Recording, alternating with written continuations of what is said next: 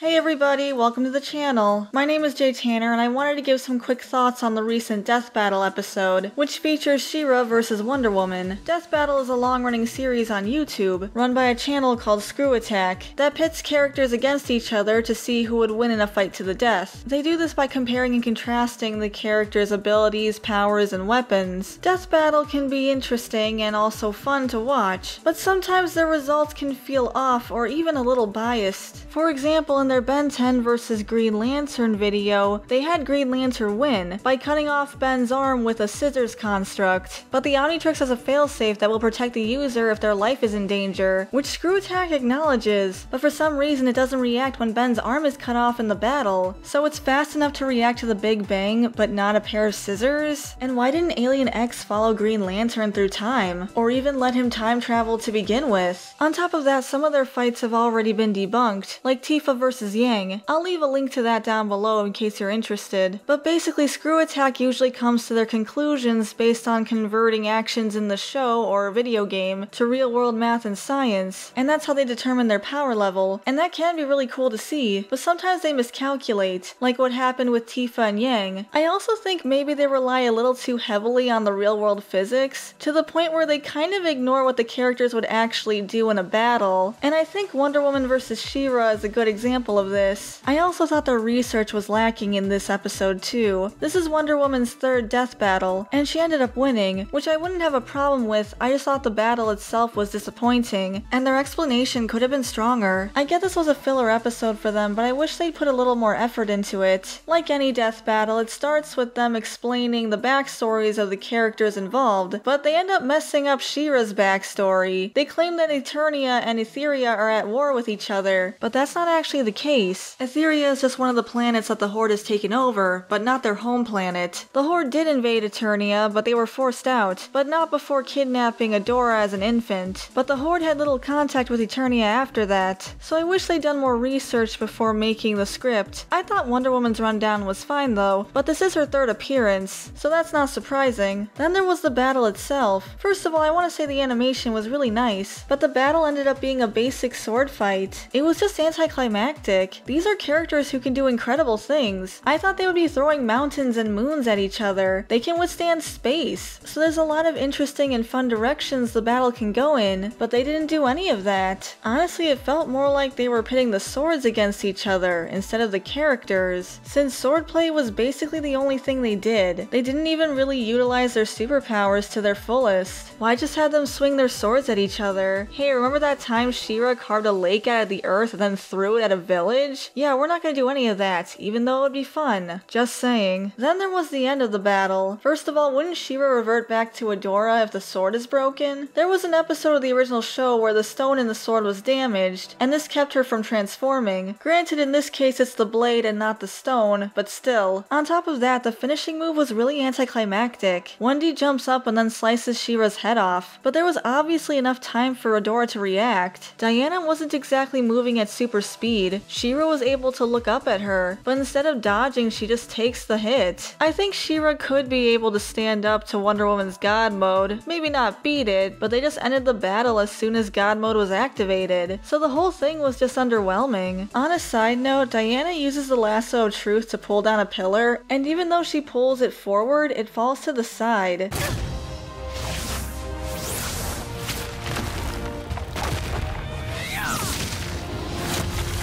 I'm kind of surprised they let that happen. In the end, I thought the points they made to justify the battle were a bit flawed. For example, one of their first points is that She-Ra can transform her sword, but she doesn't transform them into useful items for combat? That point just seems weird to me. She transforms her sword into what's necessary for the context of the situation. Like in the case when she transformed it into a helmet, she needed to breathe underwater, not fight. So of course she would turn into something that would let her breathe underwater. And she's transformed it for combat too. She can turn it into other weapons or other useful items. She can basically turn it into whatever she wants. So I don't understand what they mean by this. Then they questioned her turning it into a shield because now she doesn't have her sword anymore. But the thing is, a shield can be used for combat purposes too. Just look at Captain America or Goofy from Kingdom Hearts. Even in the death battle, she uses her shield and then uses her super breath right afterwards. So it's not like she's totally dependent on having the sword the entire time. I can agree that She-Ra is stronger, but Wonder Woman is faster, and even that could be the deciding factor of the battle. I just wish it would have been more satisfying in the actual battle itself. Plus, I feel like they put a lot of emphasis on Crystal Sundancer. She-Ra can't fly, so she can't go to another galaxy herself. And even if Diana could go to another galaxy, she would probably still take transportation anyway. It just seems kind of like comparing She-Ra to the Invisible Jet instead of Wonder Woman. I don't know, that's just the way I saw it. Lastly, I'm kind of confused how she beat Thor and She-Ra, but not Rogue. I love Rogue and I get her powers. It just seems kind of odd to me. She also beat She-Ra the same way she beat Thor, with her atom-splitting sword. And I understand that video came out a decade ago, and I'm not sure if she had that sword back then, but it's not like she can replicate her other equipment. Also, in the Thor fight, they were able to go into space and destroy moons. They could have done it again. That would have been fun. I'm just saying. Anyway, what did you guys think of the fight? I thought there were a lot of good aspects to the video. I just wish they would have done a little more research and put more effort into the choreography of the battle. In the end, it's just a web show. I just wish they'd taken a little more time to make it more fleshed out and more entertaining, but it was just a filler episode. Anyway, thanks for watching. Sorry if I sound like a nerd, but that's basically what I use my channel for anyway. Emma's still recovering, and I want to thank you all for the well wishes. It's been pretty brutal, honestly, but she'll be okay with more time. Thanks again, and if you want to support us, I'll leave our links to our GoFundMe and Buy Me Coffee down below, and you can like and subscribe if you enjoyed the video. I'll see you all next time. Bye for now.